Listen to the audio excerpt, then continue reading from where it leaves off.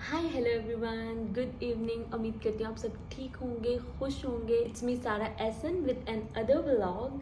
So don't forget to subscribe my channel, like comment and share, because मुझे बहुत अच्छे sweet comments आ रहे हैं कि आप बहुत अच्छा कंटेंट बना रहे हो, कीप इट अप, एंड हमें आपका कंटेंट पसंद आ रहा है। तो मैं इसी भरपूर मोटिवेशन के साथ अपना कंटेंट बनाती रहूँगी और आप लोगों के साथ शेयर करती रहूँगी। Thank you so much guys for loving me, loving my content. आज मेरा खुद का मोमोज़ और चाउमीन वगैरह खाने को बहुत ज़्यादा दिल कर रहा था, लेकिन एसन को मेरा अनहेल्दी खाना बिल्कुल अच्छा नहीं लगता। उन्हीं ने मुझे लेके जाना होता है, और जब मैं ख़ास तौर पे उन्हें बता दूँ कि मेरा अनहेल्दी खाने को कोई चीज़ दिल कर रहा है, तो वो मुझे नहीं लेके जाते हैं और वो मुझे मना कर देते हैं कि नहीं, वो चीज़ नहीं खानी।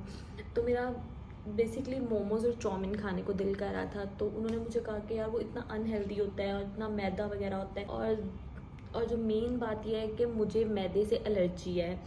तो मैं जब भी कभी मैदा ऐसे खा लूँ ना, मोमोज़ वगैरह, तो some time, not all the time but some times ऐसा होता है कि मुझे स्टमक एक हो जाती है, और जिसकी वजह से मुझे हॉस्पिटलाइज होना पड़ता है, मुझे ड्रिप्स लगती हैं, इंजेक्शन लगते हैं। तो वो ऐसा कहते हैं कि मतलब वो सब मेरे से देखा नहीं जाता, और मतलब जॉनथन के होते हुए मैं खुद भी अवॉइड करती हूँ कि मतलब मैं बीमार ना हूँ, मुझे तबीयत ना मेरी ख़राब हो, क्योंकि मैं और ऐसे नहीं यहाँ पे हैं कि हमें जॉनथन का टेक केयर करना होता है। तो अगर मैं बीमार हो जाऊँगी तो जॉनथन का टेक केयर कौन करेगा?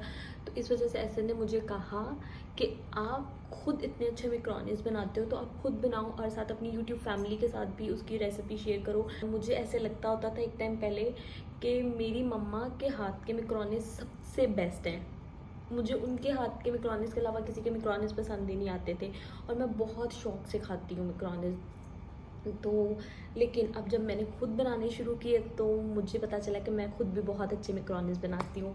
सो गाइस, आज मैं आप लोगों के साथ मैक्रोनीज की रेसिपी शेयर करूँगी। ये बहुत इजी रेसिपी है। अगर तो आपके घर में सारी चीज़ें अवेलेबल होती हैं, ऑलमोस्ट सबके घर में अवेलेबल होती हैं, क्योंकि एक चिकन ही होता है जो आपको बाहर से लेके आना होता है। बाकी जो मैक्रोनीज वगैरह होती हैं वो तो मंथली ग्रॉसरी वगैरह में आ ही जाती हैं। तो मैंने चीज़ें वगैरह सब मंगवा के रख ली हुई हैं, मैंने रेडी कर ली हैं।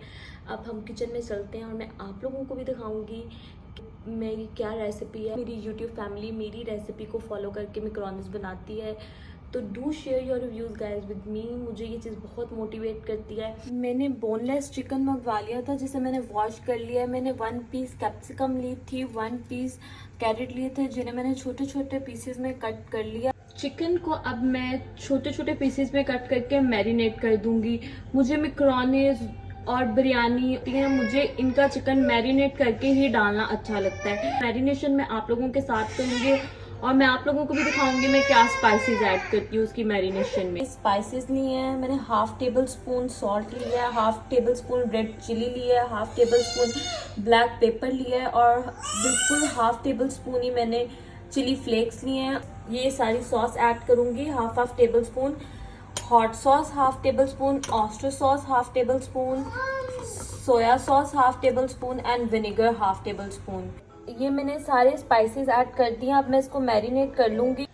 मैंने चिकन मैरिनेट कर लिया। अब मैंने चिकन को कुछ टाइम के लिए रख दिया ताकि मैरिनेशन उसमें अच्छे से अब्जॉर्ब हो जाए, और उतनी देर में मैं मैक्रोनीज बॉईल कर लूँगी। और मैं आज फर्स्ट टाइम ये वाली मैक्रोनीज यूज़ कर रही हूँ। मैंने पानी को बॉईल होने रख दिया है, और मैंने पानी में 2 टेबल स्पून ऑयल डाला है। मैं मैक्रोनीज बॉईल करते हुए पानी में 2 टेबल स्पून मस्ट ऐड करती हूँ। उससे ये होता है कि जो मैक्रोनीज है वो आपस में चिपकती नहीं है। वेजिटेबल और चिकन के मिक्सचर को मिक्स करते हो मैक्रोनीज को, तो वो मतलब टूटती नहीं है। मैक्रोनीज बॉईल हो गई है हमारी। ये ना थोड़ी सी मोटी मैक्रोनी थी, तो इसने थोड़ा सा बॉईल होने में ज़्यादा टाइम लिया है।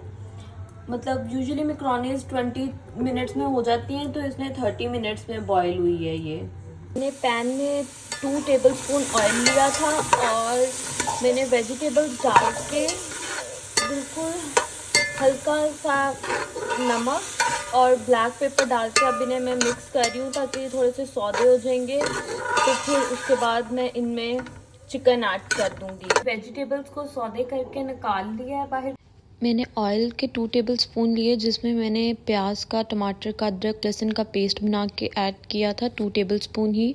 और उसमें अब मैं चिकन ऐड कर दूंगी। चिकन ऐड करने के बाद मैं इसे अच्छे से भून लूँगी ताकि जो चिकन है उसका अच्छा सा टेस्टी सा मसाला बन जाए।